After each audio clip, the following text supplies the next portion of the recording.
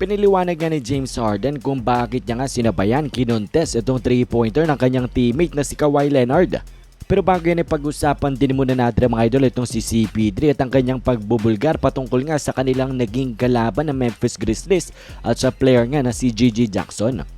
Pero mga idol, kanyang sinabi na actually 2 years ago, itong ang rookie ng Memphis Grizzlies ay player niya nga sa AAU basketball team niya.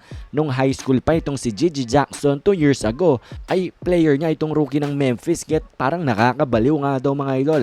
And it's also amazing na ngayon ay kalaban niya na sa NBA, ang not so long ago player niya lamang.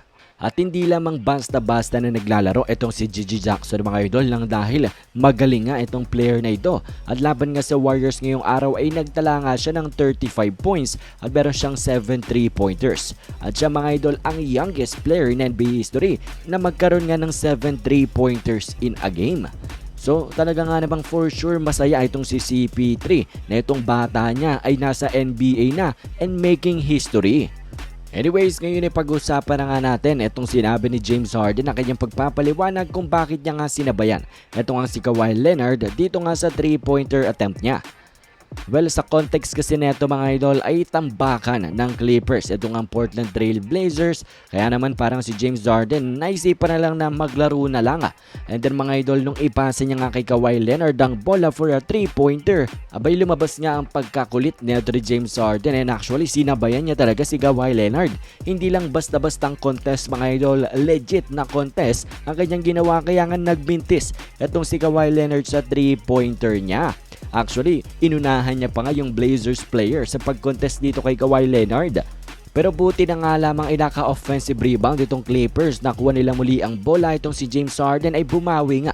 Pinasa naman sa kanyang teammate on the other side na si Amir Coffey at naka 3-pointer pa rin sila. And then sa kanyang post-game interview ay natanong naman itong si James Harden about nga sa kanyang ginawang ito sa gitna ng kanilang laban. And well, ang kanyang sagot mga idol, ang kanyang pagpapaliwanag about sa ginawa niya ay he is trying to lighten up the mood nga lang daw.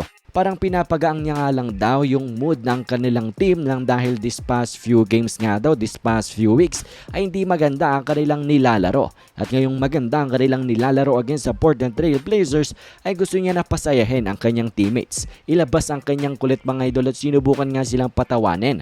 And I think naging successful naman dyan si James Harden, and actually hindi lang ang kanyang mga teammates nang dahil pati na rin ang mga NBA fans ay natuwa nga dito sa kalokohang ginawa ni James Harden sa gitna ng kanilang laban. Sinasabi nga nila na sino ba daw nagsasabi na James Harden doesn't play defense? Aba ito nga daw mga idol ang patunay dyan, at sa mismong teammate niya pa nga daw yan ginawa.